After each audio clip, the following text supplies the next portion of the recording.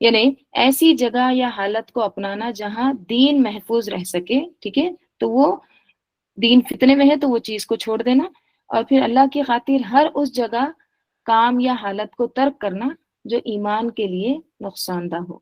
کیا مطلب؟ یعنی اللہ کی خاطر ہر وہ کام چھوڑ دینا، ترک کر دینا، یعنی چھوڑ دینا جہاں پر آپ کا ایمان خطرے میں ہے، ٹھیک ہے، ایمان جانے کا ڈر ہے، ٹھیک ہے۔ تو پہلی ہجرت ہوئی 5 نبوت میں، قریش کے بڑھتے ہوئے ظلم کے بعد رسول صلی اللہ علیہ وسلم نے حکم دیا مسلمانوں کو کہ حبشہ کی طرف جائیں، ٹھیک ہے۔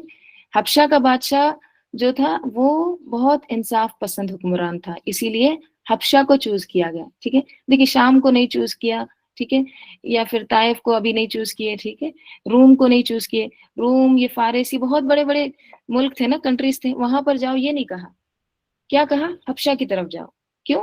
کیونکہ آپ صلی اللہ علیہ وسلم کو وہاں کے بادشاہ کے بارے میں انفارمیشن تھی، وہ کسی پر ظلم نہیں کرتا تھا، ٹھیک ہے۔ ہوتا ہے نا کہیں کسی ملک کا اگر کوئی کنگ ہے یا بادشاہ ہے یا منسٹر ہے یا پریسیڈنٹ ہے تو وہ اچھا ہے تو سارے لوگوں کو پتہ رہتا، آس پاس کے ملکوں کو، کہ یہاں پر حقوق جو ہے لوگوں کے وہ نہیں کرتے ہیں، ٹھیک ہے، اس کو پامال نہیں کرتے ہیں۔ تو اسی لیے پھر یہاں بھی آپ صلی اللہ علیہ وسلم کو علم تھا نجاشی کے بارے میں، اور یہ جو نجاشی ہے نا یہ اصل میں حبشہ کے جو کنگ ہوتے تھے نا ان کا لقب تھا، جیسے فرعون ہے نا، یہ پرٹیکولر ایک پرسن کا نام نہیں تھا، فرعون مطلب کیا؟ مصر کے بادشاہوں کا لقب، جیسے کسرا ہے، قیصر ہے، یہ کیا ہے؟ یہ لقب ہے۔ جیسے آج کل جیسے ہم کہتے ہیں نا پرائم منسٹر یا پریسیڈنٹ، یہ ورڈ ہے نا، یہ ٹائٹل، تو اسی طرح سے نجاشی بھی حبشہ کے جو بادشاہ تھے نا وہاں کے، ان کا ٹائٹل تھا، ٹھیک ہے، اور فرعون بھی اسی طرح، ٹھیک ہے۔ تو حکمت نبوی صلی اللہ علیہ وسلم کیا تھی؟ آپ صلی اللہ علیہ وسلم نے جب ظلم ہو رہا ہے مسلمانوں پر تو یہ نہیں کہا کہ چلو اب ہتھیار اٹھاؤ جنگ شروع کر دو، بلکہ کیا کہا کہ اپنے دین کو، ایمان کو بچانے کے لیے کیا کرو؟ حبشہ کی طرف ہجرت کرو، ٹھیک ہے۔ اب یہاں پر دیکھیں ہجرت جو ہے نا یہ 3 طرح کی ہوتی ہے، ایک ہوتی ہے ہجرت لسانی، لسان یعنی زبان، دوسری ہجرت ہوتی ہے ہجرت قلبی، تیسری ہجرت ہوتی ہے ہجرت بدنی، ٹھیک ہے، 3 طرح کی ہجرت ہے۔ تو ہجرت لسانی کیا ہوتا ہے؟ ہجرت کے معنی چھوڑ دینا، ترک کر دینا، اس کا میننگ ہوتا ہے زبان کا درست استعمال اور گناہوں سے پرہیز، یعنی زبان کو جھوٹ سے، غیبت سے، خبیث باتوں سے روک کر حق کی طرف اس کو لانا، ٹھیک ہے، خیر کی باتوں کا عادی بنانا، یہ ہوتا ہے ہجرت لسانی۔ تو زبان کی ہجرت کیا ہے؟ غلط کام، غلط باتیں، گناہوں کی باتیں چھوڑ دینا اور اچھی باتیں لانا، ذکر لانا۔ قلبی کیا ہوتا ہے؟ ہجرت قلبی بھی ہوتا ہے دل کی وابستگیوں کو تبدیل کرنا، مقصد دل کو ان چیزوں کی محبت سے ہٹا لینا جو اللہ سے دور کرتی ہے، یعنی آپ کا دل ایسی چیزوں میں بزی ہے جو اللہ کی یاد سے، اللہ سے دور کرتا ہے، تو ان کو کیا کرنا؟ وہ تمام تعلقات کو ختم کر دینا۔ تعلقات یعنی وہ دل کے ساتھ جو ریلیشن ہے، ٹھیک ہے۔ مثلاً اب آپ کے دل میں گندے گندے خیالات آتے ہیں کسی کے بارے میں، وسوسے آتے ہیں، ٹھیک ہے، یا پھر کسی کے بارے میں بدظن ہے، تو یہ ساری چیزیں ترک کر دینا، نکال دینا، یہ بھی ایک ہجرت ہوتی ہے۔ اور دل کو کن چیزوں میں لگانا؟ خیر کے کاموں میں۔ پھر ہجرت بدنی ہوتا ہے جو یہاں پر ہے، ہجرت حبشہ، بدنی یعنی خود اپنے آپ کو جسم کے ساتھ وہاں سے نکل جانا۔ جب کسی جگہ دین پر قائم رہنا مشکل ہو جائے یا گناہ پر مجبور کیا جائے تو اس ماحول کو اللہ کی رضا کے لیے چھوڑ دینا، ٹھیک ہے۔ تو ہجرت دراصل اللہ کے قریب کرنے والی چیزوں کو تھامنا اور دور کرنے والی چیزوں کو چھوڑ دینا ہے۔ جیسے قرآن میں بھی ہجر کا ورڈ آتا ہے، کہاں کہاں آتا ہے؟ ناپاکی کو چھوڑنے کے لیے آتا ہے، جیسے ورجز فہجر، اور ناپاکی کو چھوڑ دو، ٹھیک ہے۔ رجس یعنی گندگی کو چھوڑ دو، تو وہاں پر بھی حجرہ کا ورڈ ہے۔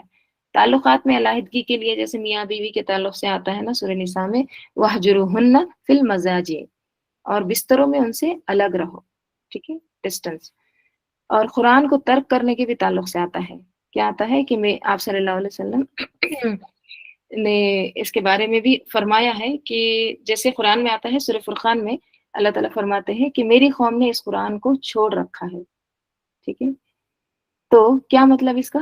یعنی پہلے قرآن پڑھتے تھے, کوئی کورس میں جوائن تھے, بہت قرآن کی تلاوت ہوتی تھی, سب کچھ کرتے تھے, تدبر کرتے تھے. پھر جیسے ہی قرآن کا کورس ختم ہو گیا, قرآن کو اٹھا کے رکھ دیے, سب کچھ چھوڑ دیے, نہ تلاوت کرتے ہیں, نہ تدبر کرتے ہیں, نہ اس سے کوئی تعلق ہے. تو یہ بھی قرآن کو چھوڑ دینا ہے, ہجرت قرآن ہے. ٹھیک ہے, ترک کر دینا. تو کیا تھا؟ یہ بھی ایک ہجرت یعنی ترک کرنا ہے, لیکن یہ وہ ہجرت ہے جس کی شکایت رسول صلی اللہ علیہ وسلم قیامت کے دن فرمائیں گے. کیا کہ ان لوگوں نے قرآن کو چھوڑ دیا تھا, حجرہ. ٹھیک ہے, تو یہ تمام چیزیں ہیں یہاں پہ. جیسے دشمنی کا جو ہے تعذیب کا عروج ہو گیا, یعنی بہت زیادہ عذاب دیا جا رہا, تو پہلا قدم کیا اٹھایا گیا؟ دار ارقم. دوسرا قدم ہجرت حبشہ. تو پہلا قدم جو تھا وہ اندرونی تنظیم تھا, مکہ کے اندر ہی. ٹھیک ہے, تعلیم تربیت کا, عقائد کی پختگی کا. اور دوسرا بیرونی پناہ گاہ, یعنی اب آؤٹ سائڈ جا رہے ہیں, دوسری کنٹری کو جا رہے ہیں. ٹھیک ہے, تو مسلمانوں کی جان کا تحفظ اور اسلام کا نیا مرکز. ٹھیک ہے, تو کیا کہا جا رہا ہے کہ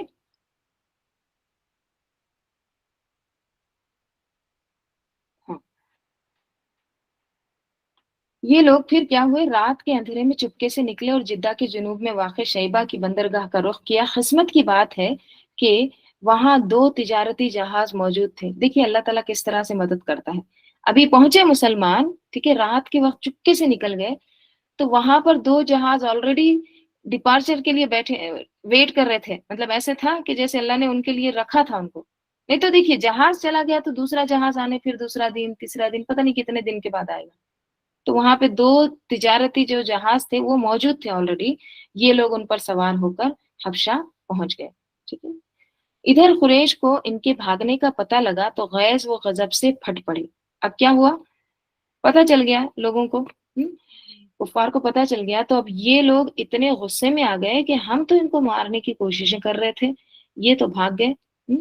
تو کیا کریں؟ فوراً آدمی بھیجے, فوراً آدمی دوڑائے کہ انہیں پکڑ کر مکہ لایا جائے اور خوب خوب سزا دی جائے, یہاں تک کہ وہ اللہ کا دین چھوڑ دیں. لیکن ان کے پہنچنے سے پہلے مسلمان سمندر میں دور جا چکے تھے, لہٰذا یہ لوگ ساحل تک جا کر نامراد واپس ہو گئے. ٹھیک ہے, یعنی ان کے ہاتھ نہیں آئے تھے. ٹھیک ہے, تو کوششیں کر رہے تھے ان کو واپس لانے کی. ٹھیک ہے, لیکن کیا ہوا کہ آلریڈی وہاں پر جہاز موجود تھا تو وہ پھر دور جا چکے تھے. اب مسلمانوں کے ساتھ مشرکین کا سجدہ. اب دیکھیے ایک اور واقعہ اس وقت پیش آتا ہے. کب؟ جب مسلمان حبشہ میں تھے تو یہاں پر مکہ میں ایک واقعہ پیش آتا ہے, اور وہ بہت امپورٹنٹ واقعہ ہے. کیا ہے اس میں؟ اس ہجرت کے کوئی 2 مہینے بعد, ٹھیک ہے, 2 مہینے کے بعد رمضان سن 5 نبوت میں ایک روز رسول صلی اللہ علیہ وسلم مسجد حرام تشریف لائے. تصور کریے. ٹھیک ہے, دیکھیے یہ اس کو پڑھنے کے لیے نا آپ کو وہاں پر جانا ہے اور آپ کو پورا فیل کرنا ہے کہ کیا ہو رہا ہے, اور میں وہاں موجود ہوں. ٹھیک ہے, یہ آپ نے تصور کرنا ہے. تو ہجرت حبشہ جو ہوئی ہے اس کے 2 مہینے کے بعد رمضان کا مہینہ آیا 5 نبوت میں ہی, یعنی آپ صلی اللہ علیہ وسلم کے نبی بننے کے 5ویں سال رسول صلی اللہ علیہ وسلم مسجد حرام میں, ٹھیک ہے, کعبہ کے پاس تشریف لائے. اس وقت کعبے کے آس پاس قریش کے بہت سارے لوگ جمع تھے. قریش کے لوگ بھی تھے, ان میں ان کے سردار اور بڑے بڑے لوگ بھی تھے, یعنی ایلیٹ لوگ تھے. ٹھیک ہے, بڑے بڑے سردار تھے. سورہ نجم ابھی تازہ و تازہ اتری تھی. کون سی سورہ؟ سورہ نجم جسٹ ابھی اتری تھی, نازل ہوئی تھی. آپ نے ان کے درمیان اچانک کھڑے ہو کر اس کی تلاوت شروع کر دی. ٹھیک ہے, آپ صلی اللہ علیہ وسلم نے تلاوت شروع کر دی. کون تھے یہ؟ دشمن تھے سب کچھ, ان کے سامنے تلاوت شروع کر دی. ٹھیک ہے, ہمارا حال کیا ہوتا ہے اگر کوئی ہم کو پتہ رہتا کہ یہ پسند نہیں کرتے ہیں تو ہم اٹھتے بھی نہیں وہاں پہ سنانے کے لیے. ٹھیک ہے, تو آپ صلی اللہ علیہ وسلم نے تلاوت شروع کر دی. ایسا نفیس کلام انہوں نے کبھی سنا نہیں تھا. کون سا کلام؟ قرآن پاک. اب جو اچانک کانوں سے ٹکرایا تو انہیں بے خود کر گیا, یعنی سیلف لیس. ٹھیک ہے,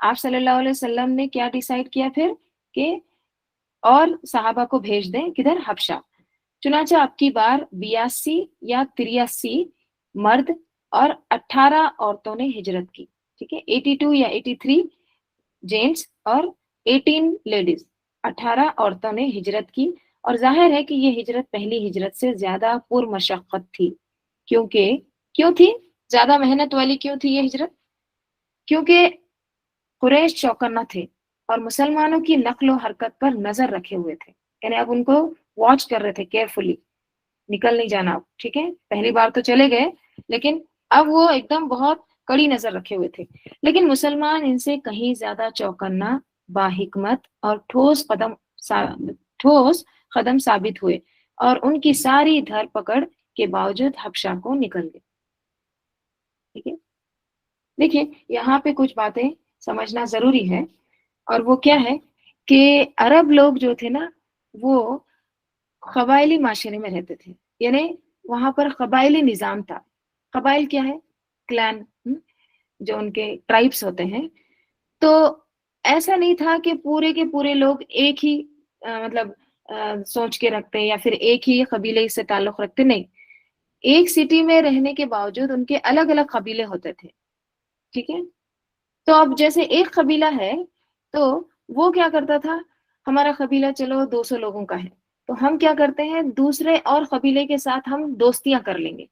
ٹھیک ہے، ان کو حلیف بنا لیں گے تاکہ کیا ہوگا کہ اگر ہمارے ساتھ کوئی زیادتی کرتا ہے یا پھر ناانصافی کرتا ہے یا حملہ کرتا ہے ہمارے اوپر، ہمارے قبیلے پر، تو دوسرا قبیلہ آ کر ہم کو کیا کرے، ہم کو بچائے. ٹھیک ہے، تو وہ کیا کرتے تھے، حلیف بنا لیتے تھے. لیکن قبیلوں میں رہتے تھے. ٹھیک ہے، قبائلی نظام تھا.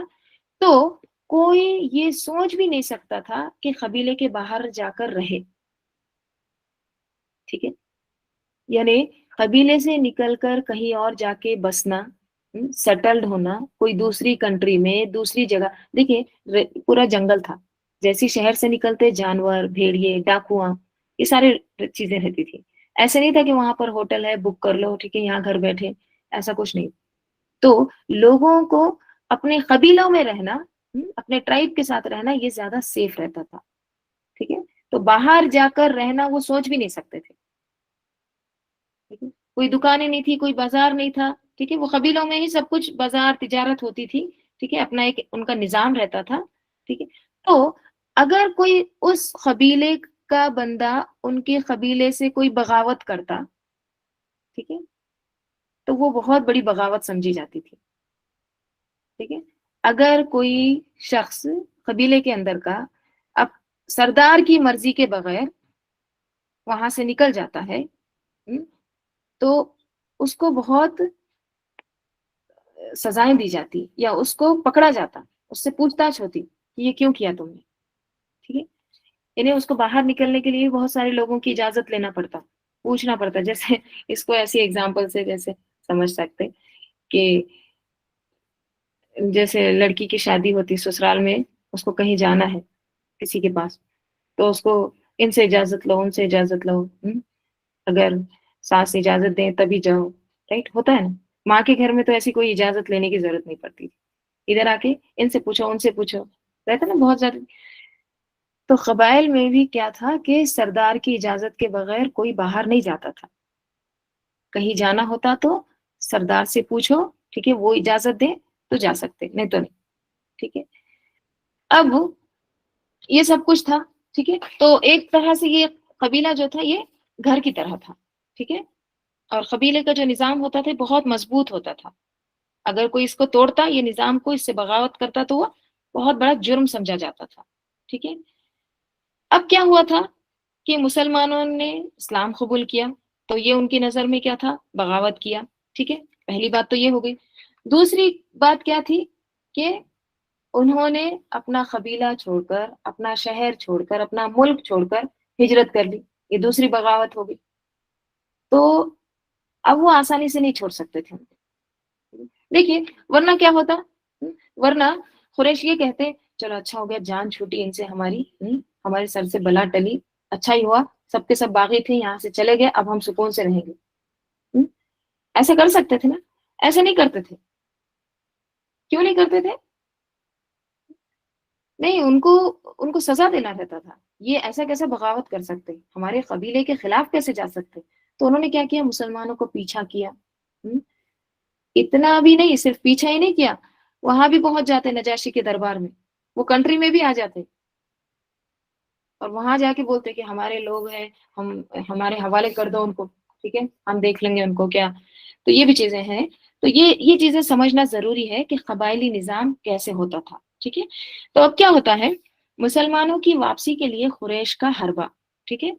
مسلمانوں کی واپسی کہاں سے، حبشہ سے. ان کو واپس بلانے کے لیے قریش نے کیا کیا ٹیکٹکس اپنائے، یعنی کیا کیا انہوں نے پلان کیے، تدبیریں کی. ٹھیک ہے. اب واپس لانے کے حربے کر رہے ہیں. قریش پر یہ بات بہت گراں گزری کہ مسلمان ان سے چھوٹ کر ایک ایسی محفوظ جگہ جا پہنچے ہیں جہاں ان کی جان اور ایمان کو کوئی خطرہ نہیں. ٹھیک ہے. جان بھی ان کی سیف ہو گئی، ایمان بھی بچ گیا. چنانچہ ان کی واپسی کے لیے قریش نے اپنے 2 ہوشیار آدمیوں یعنی عمرو بن عاص اور عبداللہ بن ربیعہ کو حبشہ بھیجا. یہ دونوں اس وقت مشرک تھے. کس کو بھیجا؟ قریش نے 2 چوٹی کے لوگ تھے، ان کو بھیجا، عمرو بن عاص اور عبداللہ بن ربیعہ. ٹھیک ہے. یہ قریش کی سفارت کاری کرتے تھے. ٹھیک ہے. یعنی بادشاہوں کے پاس جاتے تھے. ٹھیک ہے. وہاں پر ان کو بادشاہوں کو کیا بات کرنا ہے، کیسے بات کرنا ہے، ان کو یہ سب چیزیں پتا تھی. ٹھیک ہے. ایلیٹ کلاس کے لوگ تھے. ٹھیک ہے. دیکھیے، ہمیں نا عرب بولتے ہی ایسے ذہن میں تھوڑا آتا ہے کہ اکھڑ مزاج تھے، جاہل تھے. ٹھیک ہے. ایسا نہیں تھا. ٹھیک ہے. ان میں بھی بہت سمجھدار لوگ تھے، اچھا بات کرنے والے، اچھا پریزنٹیشن کرنے والے، ایسے بھی لوگ موجود تھے. ٹھیک ہے. تو عمرو بن عاص جو ہے یہ بعد میں دیکھیے مصر کو انہوں نے فتح کیا تھا. ٹھیک ہے. بہت چوٹی کے لوگ تھے. تو ان دونوں کو بھیجا کس نے؟ قریش نے. انہوں نے حبشہ پہنچ کر ایک سوچے سمجھے منصوبے کے مطابق سب سے پہلے پادریوں سے ملاقاتیں کی. ٹھیک ہے. اب دیکھیے سب سے پہلے سٹیپ بائی سٹیپ کدھر جا رہے ہیں. سب سے پہلے وہ جو وہاں کے پادری رہتے ہیں ان سے ملاقات کی اور انہیں تحفے تحائف پیش کر کے مدلل اور مؤثر انداز میں اپنی آمد کا مقصد بتایا. ٹھیک ہے. ان کو تحفے تحائف یعنی رشوتیں دی. ٹھیک ہے. اور مدلل یعنی ریزن بتایا، ان کو دلیل بتائی، وجہ بتائی مؤثر انداز میں کہ ہم یہاں پر کیوں آئے ہیں، مقصد بتایا. ان سب نے حامی بھر لی. ٹھیک ہے. اس کے بعد نجاشی کے پاس آئے اور اسے بھی تحفے تحائف پیش کیے، وہاں بھی رشوتیں. پھر اصل مقصد کے لیے زبان کھولی اور کہا. اب دیکھیں یہ جب ہو رہی ہے نا سپیچ، یہاں پہ آپ نے اپنے آپ کو تصور کرنا ہے ہم اس دربار میں بیٹھے ہوئے ہیں. ٹھیک ہے. تبھی آپ اس کو فیل کر سکیں گے کہ کیا باتیں ہوئی تھی. ٹھیک ہے. تو اپنے آپ کو اس دربار میں تصور کریے. پھر انہوں نے زبان کھولی اور کیا کہا. اب کس کو کہہ رہے ہیں؟ یہ کون کہہ رہے ہیں؟ عمرو بن عاص. ٹھیک ہے. اور عبداللہ بن ربیعہ جو آئے تھے نا وہ لوگ کہہ رہے ہیں. کہاں پر؟ نجاشی کے دربار میں. بادشاہ سلامت. ٹھیک ہے. آپ کے ملک میں ہمارے کچھ ناسمجھ نوجوان بھاگ آئے ہیں. ٹھیک ہے. یعنی بھگوڑے ہیں، آپ کے ملک میں آ گئے ہیں. انہوں نے اپنی قوم کا دین چھوڑ دیا ہے. ٹھیک ہے. اپنی قوم کا دین چھوڑ دیا ہے اور آپ کے دین میں بھی داخل نہیں ہوئے ہیں. دیکھیے بات کرنے کا طریقہ آپ غور کریے. صرف یہ نہیں کہا کہ ہماری قوم کا دین چھوڑ دیے ہیں، کیا کہا ساتھ میں؟ آپ کا بھی نہیں جوائن کرے انہوں نے. ٹھیک ہے. عیسائی مذہب بھی جوائن نہیں کرے انہوں نے. تو کیا دکھاتا ہے یہ؟ یعنی ہمارے تو وفادار نہیں رہے، آپ کے بھی غدار ہیں. ٹھیک ہے. بلکہ ایک نیا دین ایجاد کیا ہے جسے نہ ہم جانتے ہیں نہ آپ. اس لیے ہمیں آپ کی خدمت میں ان کی قوم کے اشراف یعنی لیڈرز جو ہے نا، یعنی ان کے والدین، چچا اور ان کے کنبے قبیلے کے لوگوں نے ہم کو بھیجا ہے یہاں پر تاکہ آپ انہیں واپس بھیج دیں، کیونکہ وہ لوگ ان پر سب سے اونچی نگاہ رکھتے ہیں اور ان کی خامی اور خرابی کو سب سے اچھی طرح سمجھتے ہیں. جب ان کی یہ بات پوری ہو چکی تو پادریوں نے بھی منصوبے کے مطابق ان کی تائید کی، یعنی ہاں میں ہاں ملائی. ٹھیک ہے. پہلے ہی ان کو متفق کر لیے تھے. لیکن نجاشی نے احتیاط برتی. دیکھیے یہ چیز کو انڈر لائن کریے، بہت امپورٹنٹ ہے. آپ کو پتا چلے گا کہ نجاشی کیسا بادشاہ تھا. وہ جو پادری تھے انہوں نے ہاں ہاں ہاں کریکٹ ہے سب کہہ رہے ہیں، ٹھیک ہے، لیکن نجاشی نے احتیاط برتی اور سوچا کہ دونوں فریق کی بات سننی چاہیے. اس کو ہی کہتے ہیں نا عادل حکمران. ٹھیک ہے، یہ بہترین لیڈرشپ کوالٹیز ہوتی ہیں. کیا کہ دونوں فریق کی بات سنی جائے. ہم اکثر کیا کرتے ہیں، ہمارے پاس اگر بیٹی شکایت لے کر آتی ہے یا کوئی بھی دو بھائیوں کی شکایتیں ہو رہی ہے، ایک سنا رہا ہے، تو ہم کیا کرتے ہیں، ہم ایک کی بات سن کے فیصلہ کر دیتے ہیں، یا پھر ہم ایک کی بات کو ہی کیا سمجھتے ہیں، ہاں یہی صحیح ہے. ہم یہ نہیں سوچتے کہ چلو دوسری کی بھی بات سنو، اس کا بھی کیا مدعا ہے دیکھ لیں گے، یہ نہیں سوچتے نا. تو ایک اچھے لیڈرشپ کی کوالٹیز کیا ہوتی ہے، وہ دونوں فریق کو سنتا ہے. تو کہتا ہے کہ سوچا دونوں فریق کی بات سننی چاہیے تبھی حق واضح ہو سکے گا. چنانچہ اس نے مسلمانوں کو بلایا اور پوچھا کہ یہ کیا دین ہے جس کی وجہ سے تم اپنی قوم سے الگ ہو گئے، لیکن نہ میرے دین میں داخل ہوئے اور نہ ان ملتوں ہی میں سے کسی کے دین میں داخل ہوئے، یعنی وہ قوم کے بھی دین میں نہیں ہو تم اور نہ میرے دین میں ہو. اس کے جواب میں مسلمانوں کی طرف سے حضرت جعفر بن ابو طالب نے بات شروع کی. جعفر بن ابو طالب کون تھے؟ علی رضی اللہ عنہ کے بھائی، ابو طالب کے بیٹے، آپ صلی اللہ علیہ وسلم کے چچیرے بھائی، کزن. ٹھیک ہے، اب دیکھیے ان کی جو اسپیچ تھی، ان کی جو باتیں تھی نا، اس میں ہمارے لیے بہت رہنمائی ہے، بہت اسباق ہے.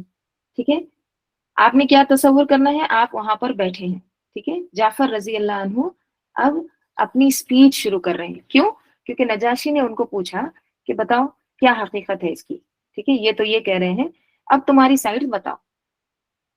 تو جعفر رضی اللہ عنہ نے کہا اے بادشاہ، ہم جاہلیت والی قوم تھے، بت پوجتے تھے، بتوں کی پوجا کرتے تھے، مردار کھاتے تھے، برائیاں کرتے تھے، قرابت داروں سے تعلقات توڑتے تھے، پڑوسیوں سے بدسلوکی کرتے تھے. ہمارا طاقتور کمزور کو کھا رہا تھا.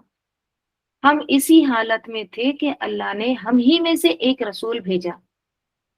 ہم اس کی عالی نسبی یعنی اعلی خاندان، سچائی، صدق، امانت اور پاک دامنی کو جانتے تھے. یعنی 40 سال تک تو ہم جانتے تھے ساری چیزیں، ان کی کوالٹیز. اس نے ہمیں اللہ کی طرف بلایا کہ ہم اسے ایک مانیں اور اسی کی عبادت کریں، اور اس کے سوا جن پتھروں اور بتوں کو ہم اور ہمارے باپ دادا پوجتے تھے انہیں چھوڑ دیں. اس نے ہمیں سچ بولنے، امانت ادا کرنے، خرابت جوڑنے، پڑوسی سے اچھا سلوک کرنے اور حرام کاری و خون ریزی سے باز رہنے کا حکم دیا، اور بے حیائی کے کاموں سے، جھوٹ بولنے سے، یتیم کا مال کھانے سے اور پاک دامن عورتوں پر جھوٹی تہمت لگانے سے منع کیا. یہ تھا اسلام کا انٹروڈکشن. نماز روزے سے بات نہیں شروع کی، یہ ابتدائی تعلیم تھی. ہم کو اگر کوئی کچھ بتانے کے لیے کچھ کہنا ہوتا ہے نا تو ہم کیا شروع کر دیتے، جنت جہنم، یہ وہ دوسری بات ہے. بیسک چیزیں بتا رہے ہیں کہ ہم یہ کرتے تھے اور رسول نے آ کر ہم کو یہ چیزیں سکھائی. ٹھیک ہے، دیکھیں اگر آپ غور کریں گے نا، یہ 1400 سال پہلے برائیاں موجود تھیں اور یہ اب بھی موجود ہیں. ٹھیک ہے، کیا کہتے ہیں، ہم جاہلیت والی قوم تھی، بت پوجتے تھے. اب کیا پوچھتے ہیں، خبر. مسلمانوں کے اندر دیکھیے ساری برائیاں ہیں. مردار کھاتے تھے، ٹھیک ہے، یعنی حرام کھاتے ہیں، برائیاں کرتے تھے، ابھی بھی کرتے ہیں، قرابت داروں سے تعلق توڑتے ہیں، رشتہ داروں سے تعلقات ختم. ٹھیک ہے، پراپرٹی کے جھگڑے، یہ جھگڑے، تم سے ہمارا کوئی تعلق نہیں ہے، منہ نہیں دکھانا آج کے بعد. پڑوسیوں سے بدسلوکی کرتے ہیں، پڑوسی بچے ہوئے نہیں ہیں، ہر ایک شر موجود ہے. ہمارا طاقتور کمزور کو کھا رہا ہے. ٹھیک ہے، طاقتور کمزور پر حملہ. تو یہ حالتیں پہلے بھی تھی، آج بھی موجود ہیں.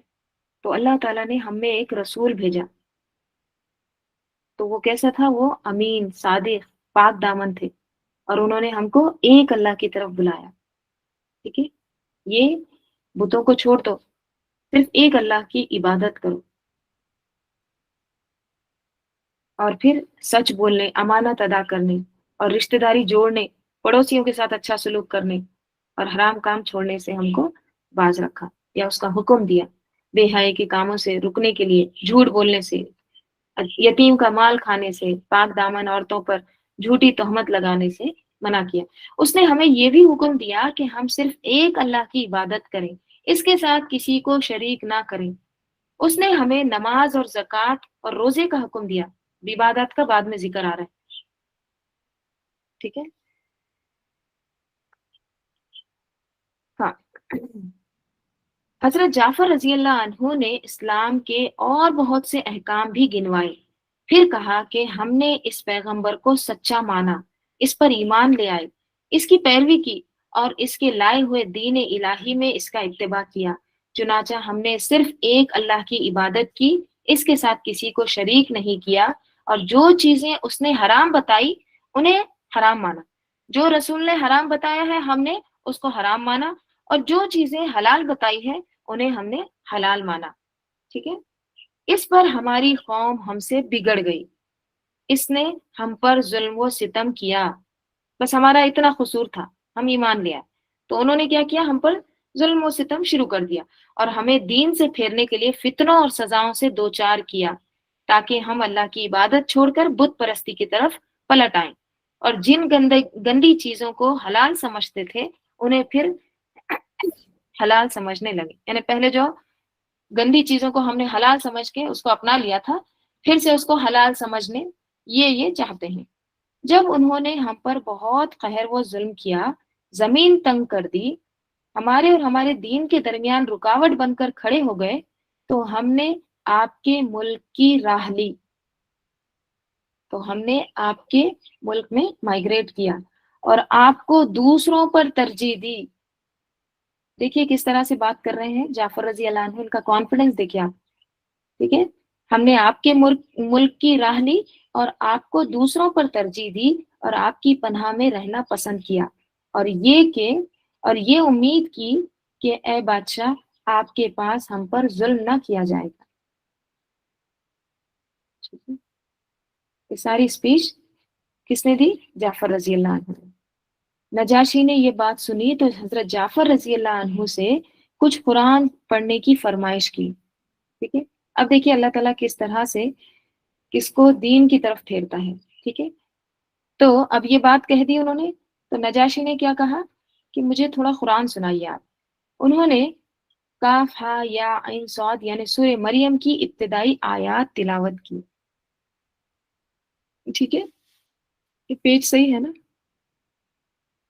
ہاں، سورہ مریم کی ابتدائی آیات تلاوت کی. اس پر نجاشی اس قدر رویا کہ اس کی داڑھی تر ہو گئی، اور تمام پادری بھی اس قدر روئے کہ ان کے صحیفے تر ہو گئے. ان کے پاس جو بکس تھے نا، کتابیں، تو اتنا روئے قرآن سن کر کہ وہ آنسوؤں سے بکس ان کے گیلے ہو گئے.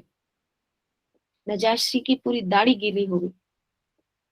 تصور میں لائیے. پھر نجاشی نے کہا یہ کلام اور وہ کلام جو حضرت عیسیٰ علیہ السلام لے کر آئے تھے دونوں ایک طاق شمع سے نکلے ہوئے ہیں، یعنی ایک ہی چراغ کی دو کرنیں ہیں، دو نور ہیں. دیکھیے قرآن ایک زندہ معجزہ ہے، لائیو میراکل ہے.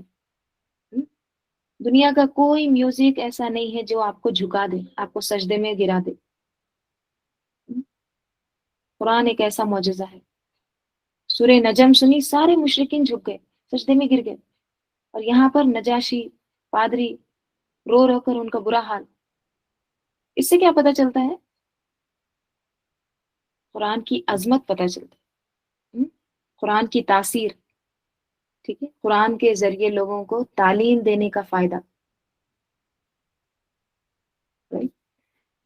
پھر کیا ہوتا ہے، اس کے بعد قریش کے دونوں نمائندوں کو مخاطب کر کے کہا تم لوگ چلے جاؤ۔ نجاشی کیا کہتا ہے، تم لوگ چلے جاؤ، واللہ میں ان کو تمہارے حوالے نہیں کر سکتا، یعنی ان کی ساری جو تدبیریں تھی، سازشیں، سب ناکام ہو گئی، میں تم کو کبھی تمہارے حوالے ان کو نہیں کروں گا، اور نہ ان کے خلاف کوئی چال چلی جا سکتی ہے۔ ٹھیک ہے؟ دوسرے دن عمرو بن عاص نے ایک خطرناک تدبیر اختیار کی، نجاشی سے کہا کہ یہ لوگ حضرت عیسیٰ علیہ السلام کے بارے میں ایک بڑی بات کہتے ہیں۔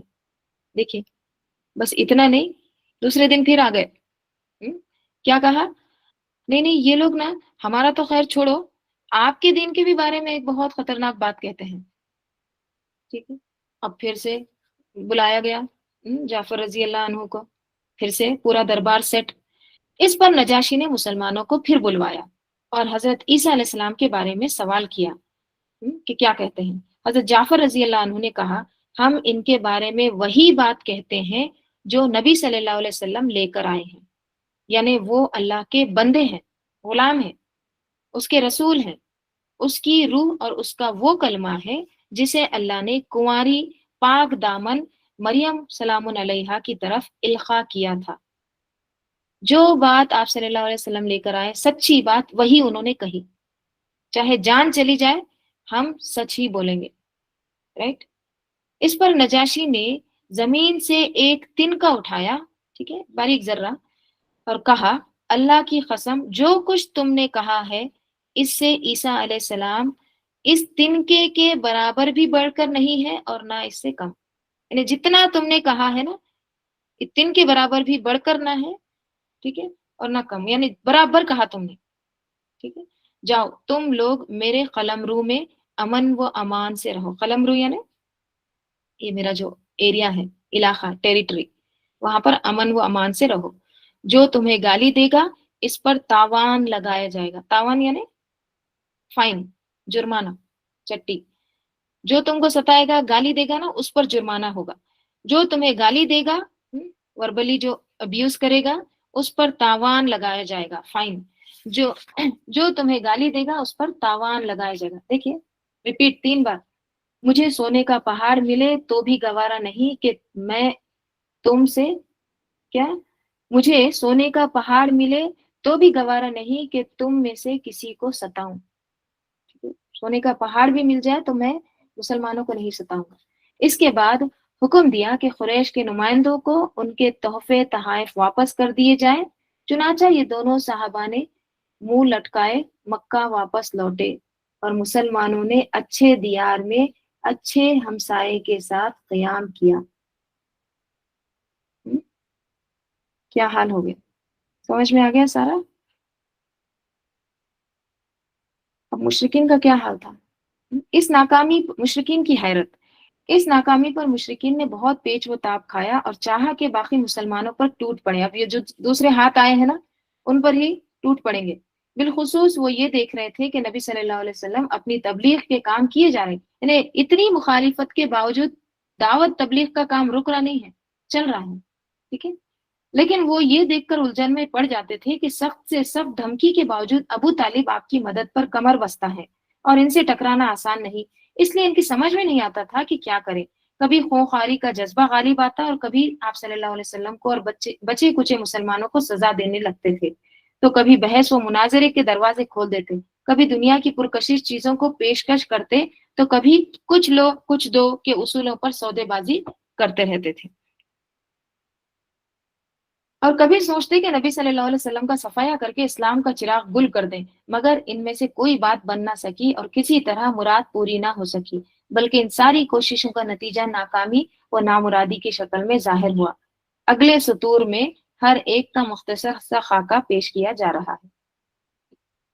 دیکھیں، یہاں پر ہم تھوڑا سا دیکھتے ہیں کہ یہ سارے جعفر رضی اللہ عنہ کی جو سپیچ تھی، یہ سارا واقعہ جو ہوا، اس سے ہمارے لیے کیا سبق ہے،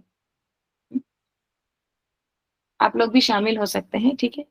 تو آپ کو کیا لگتا ہے جعفر رضی اللہ عنہ کی جو سپیچ تھی، سب سے پہلے تو دیکھیے کانفیڈنس ان کا، دیکھیے آپ، ان کا اعتماد، کتنے یقین کے ساتھ وہ کام کر رہے ہیں، ٹھیک ہے؟ اور وہ جو ہے نا، یہ اللہ کی بہت بڑی نعمت ہے نا، بیان کرنا، قوت بیانی، ٹھیک ہے، تو اس کا کتنا صحیح استعمال کر رہے ہیں، کھل کے بات کرتے ہیں، اپنا مدعا جو ہے وہ بیان کرتے ہیں. یہ نہیں کہ یہاں پر ان کو برا لگے گا تو ان کے حساب سے بات کریں گے، نہیں، جو سچ ہے، حق بات جو ہے وہ بیان کر رہے ہیں، چاہے جان کیوں نہ چلی جائے. ٹھیک ہے، تو کیا پتہ چلتا ہے اس سے؟ حالات کیسے ہی کیوں نہ ہو، اس سے نکلنے کا راستہ تو ضرور سوچنا چاہیے. جیسے ہجرت حبشہ کا راستہ چنا گیا، right؟ اور پھر دین کو بھی بچانے کی کوشش کرنا ہے. ٹھیک ہے، فتنے میں پڑنے کا ڈر ہے اور دین مشکل میں ہے تو پھر وہاں سے ہجرت کرنا ضروری ہے. ٹھیک ہے، اور دین پر عمل ہر حال میں کرنا ہے، چاہے چھپ کر ہی کیوں نہ ہو، جیسے دار ارقم میں کیا گیا. صبر استقامت صرف اللہ سے مانگنا. اور کسی کو کچھ کہنا، دیکھیے آپ صلی اللہ علیہ وسلم نے حبشہ کا جو سلیکشن کیا تھا نا، اس میں بہت حکمتیں تھیں، کیونکہ اہل مکہ وہاں پر تجارت کے لیے جاتے تھے. ٹھیک ہے، وہ ان کا بزنس والا وہ پلیس تھا. ہوتا ہے نا ایسے کہ وہ کنٹری میں جا کے ہمارا مال وہاں پہ سیل کریں گے کرتے، تو وہ ان کے ساتھ تعلقات بھی اچھے رہتے نا. تو تجارت کی غرض سے وہاں پر اہل مکہ آتے جاتے تھے. ٹھیک ہے، تجارتی مرکز تھا اور ان کو پتا تھا امن کا ملک تھا. ٹھیک ہے، تو آپ کو پتا ہوگا کہ نجاشی جو ہے نا وہ مسلمان ہو گئے تھے. ٹھیک ہے، اور آپ صلی اللہ علیہ وسلم نے مدینہ میں رہ کر ان کی نماز جنازہ پڑھائی تھی غائبانہ طور پر. ٹھیک ہے، تو آپ صلی اللہ علیہ وسلم کو حبشہ کے بارے میں بھی پتا تھا، وہاں کے بادشاہ کے بھی بارے میں پتا تھا. کس سے پتا چلا ہوگا آپ صلی اللہ علیہ وسلم کو؟ لوگوں سے بھی. اور ام ایمن جو تھی نا برکہ، ٹھیک ہے، ام ایمن جو آپ صلی اللہ علیہ وسلم کو بچپن میں گود کھلایا کرتی تھی نا، تو وہ بھی حبشی عورت تھی. ٹھیک ہے، تو اب ہوتا ہے نا بات کرتے ہیں ان کے ذریعے سے بھی وہاں کے ملک کے حالات وغیرہ پتا چلتے ہیں. ٹھیک ہے، تو آپ صلی اللہ علیہ وسلم کو یہ پتا تھا کہ وہاں کے لوگ کیسے ہیں، بادشاہ کیسے ہیں. اس سے کیا سنت پتا چلتی ہے کہ آپ صلی اللہ علیہ وسلم صرف مکہ کے ہی حالات سے واقف نہیں تھے، بلکہ آس پاس کے ملکوں کے بھی انفارمیشن رکھتے تھے کہ کہاں پر کس قسم کے لوگ رہ رہے ہیں. اور یہ بھی ایک سنت ہے کہ جغرافیہ کے بارے میں، آس پاس کے ملکوں کے حالات کے بارے میں جاننا. ٹھیک ہے، تو اب یہاں پر ایک چیز یہ بھی دیکھیے آپ کہ نجاشی جو تھا نا عادل حکمران تھا، اس کے ساتھ ساتھ مذہبی بھی حکمران تھا، ریلیجیس لیڈر بھی تھا. اس کو دین کا بھی پتا تھا. جب اس کو قرآن سنایا گیا تو کیا کہتا ہے؟ یہ تو وہی کلام ہے جو اس سے پہلے عیسیٰ علیہ السلام کو دیا گیا تھا. اسی میں کا جیسے کہ ایک چراغ سے دو کرنیں نکلی ہیں. تو اس کو انجیل کا بھی علم تھا. جب اس نے انجیل کا پتا تھا. انجیل کا پتا تھا، جب قرآن سنا تو کیا کہا کہ یہ تو وہی کلام ہے جو عیسیٰ علیہ السلام پر بھی آیا تھا. ٹھیک ہے، یعنی جہاں سے انجیل آئی عیسیٰ علیہ السلام کا مقام بھی اس کو پتا تھا، پہچان لیا حقیقت کو. ٹھیک ہے، اور کیا پتا چلتا ہے یہاں پر؟ دیکھیے یہ بھی ایک بات یاد رکھنا ہے کہ لوگوں کو نا قرآن سے جوڑنا ہے. ٹھیک ہے، ہمیشہ سچ بات بولنا ہے اور لوگوں کو اللہ سے جوڑنا ہے. ٹھیک ہے، ہم کیا کرتے ہیں؟ ہم ادھر ادھر کی اٹھ پٹانگ باتیں لاتے ہیں. یہ نہیں، سب سے پہلے قرآن، کیونکہ قرآن سے زیادہ مؤثر اور ایک زندہ معجزہ کوئی چیز نہیں ہے. ٹھیک ہے، تو جعفر رضی اللہ عنہ نے بھی کیا کیا؟ قرآن سے جوڑا. پھر یہاں پر کچھ احادیث بھی ہیں، انشاءاللہ اس کو کل دیکھتے ہیں. ٹھیک ہے، کہ آپ صلی اللہ علیہ وسلم کے جو تعلقات تھے نا نجاشی کے ساتھ وہ بہت بہترین ہو گئے تھے. ٹھیک ہے، تو انہوں نے نا ان کو گفٹ بھی دیے تھے. جیسے بریدہ رضی اللہ عنہ سے مروی ہے کہ نبی صلی اللہ علیہ وسلم کی خدمت میں نجاشی جو شاہ حبشہ تھا، اس نے سیاہ رنگ کے 2 سادہ موزے ہدیہ پیش کیے تھے. موزے ساکس، ٹھیک ہے، بلیک کلر کے 2 سمپل ساکس انہوں نے ایز اے گفٹ بھیجے تھے. کس کو؟ آپ صلی اللہ علیہ وسلم کو. تو نبی صلی اللہ علیہ وسلم نے انہیں پہن لیا اور وضو کرتے ہوئے ان پر مسح فرمایا. ٹھیک ہے، یعنی آپ نے اس ہدیے کو قبول کیا. حضرت عائشہ سے مروی ہے کہ ایک مرتبہ نبی صلی اللہ علیہ وسلم کے پاس نجاشی کی طرف سے ہدیہ آیا، گفٹ آیا، جس میں سونے کی ایک انگوٹی بھی تھی اور اس میں حبشی نگینہ لگا ہوا تھا، یعنی ڈائمنڈ بھی تھا. نبی صلی اللہ علیہ وسلم نے اسے بے توجہی سے لکڑی کے ذریعے اٹھایا اور اپنی نواسی امامہ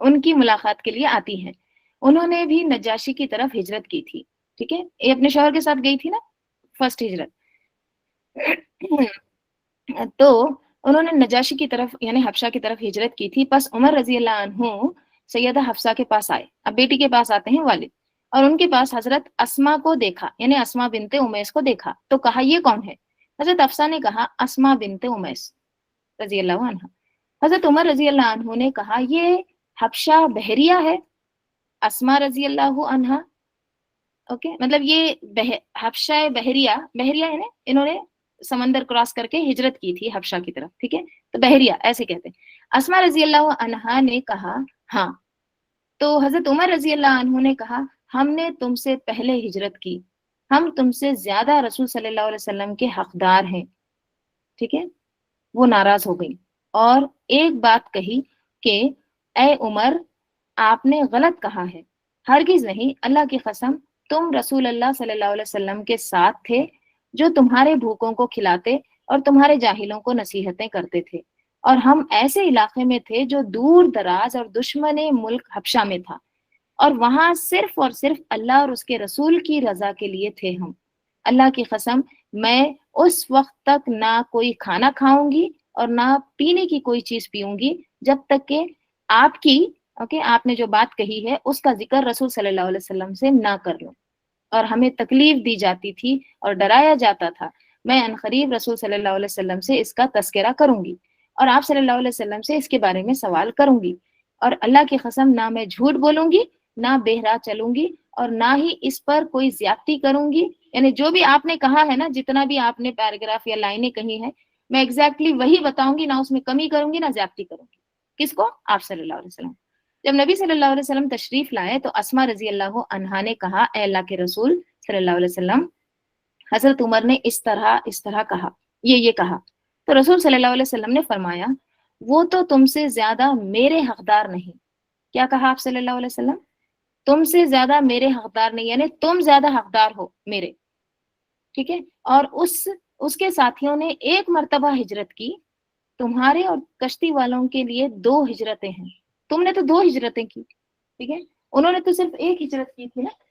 تو اسما رضی اللہ عنہا نے کہا تحقیق میں نے ابو موسیٰ اور کشتی والوں کو دیکھا کہ وہ میرے پاس گروہ در گروہ آتے اور وہ یہ حدیث سنتے تھے, دنیا کی کوئی چیز نہیں اس سے زیادہ خوش کرنے والی تھی, اور اس فرمان نبی صلی اللہ علیہ وسلم سے زیادہ عظمت والی ان کے ہاں نہ تھی. سیدہ نے کہا میں نے ابو موسیٰ کو دیکھا کہ وہ یہ حدیث مجھ سے بار بار دہرایا کرتے تھے. ٹھیک ہے, تو یہ حدیث اسما بنت امیس رضی اللہ عنہا نے بیان کیا ہے. تو اب صحابہ کیا کرتے تھے, سیکھتے تھے نا, تو بار بار ان سے پوچھتے تھے اس کے تعلق سے, باہر سے بھی لوگ آ کر سیکھتے تھے. ٹھیک ہے, تو کیا پتہ چلتا ہے اس سے کہ مدینہ میں تو ایک ہی ہجرت ہوئی تھی نا, لیکن حبشہ کو جو ہجرت کیے تھے ان کی تو 2 ہجرتیں تھیں, ایک حبشہ کی اور پھر واپس ادھر مدینہ آئے تھے. تو جب یہ لوگ مدینہ آئے تھے خیبر جنگ فتح ہو گئی تھی. ٹھیک ہے, جنگ خیبر فتح ہو گئی تھی. تو یہ جنگ خیبر جو تھی نا 7 ہجری میں ہوئی تھی. ٹھیک ہے, تو 7 ہجری میں واپس آئے تھے. ٹھیک ہے, اور مکے کے درمیانی دور میں چلے گئے تھے جعفر رضی اللہ عنہ, یہ لوگ سب پہلی جو ہجرت ہوئی تھی مڈل آف 5 نبوت کو چلے گئے, تو 7 ہجری میں آئے. کتنے سال آپ صلی اللہ علیہ وسلم سے دور رہے, اور اس کے بعد انتقال بھی ہو جاتا حضرت جعفر رضی اللہ عنہ کا. ٹھیک ہے, تو بہرحال آپ صلی اللہ علیہ وسلم نے کیا کہا کہ تم زیادہ حقدار ہو میرے, یعنی تم زیادہ قریب ہو. ٹھیک ہے, تو یہ چیز ان کو اتنی خوشی دیتی تھی کہ ہمارے تعلق سے آپ صلی اللہ علیہ وسلم نے یہ فرمایا. ٹھیک ہے, چلیے انشاءاللہ ہم اس کے آگے کا کل دیکھتے ہیں. درود شریف پڑھ لیں گے, درود شریف پڑھ لیں گے. اللہم صلی علی محمد وعلی آل محمد کما صلیت علی ابراہیم وعلی آل ابراہیم انک حمید مجید. اللہم بارک علی محمد وعلی آل محمد کما بارکت علی ابراہیم وعلی آل ابراہیم انک حمید مجید. سبحانک اللہم وبحمدک نشہد ان لا الہ الا انت نستغفرک ونتوب الیک. سبحان ربک رب العزت عما یصفون وسلام علی المرسلین والحمد للہ رب العالمین. والعصر ان الانسان لفی خسر الا الذین آمنوا وعملوا الصالحات وتواصوا بالحق وتواصوا بالصبر. السلام علیکم ورحمۃ اللہ وبرکاتہ.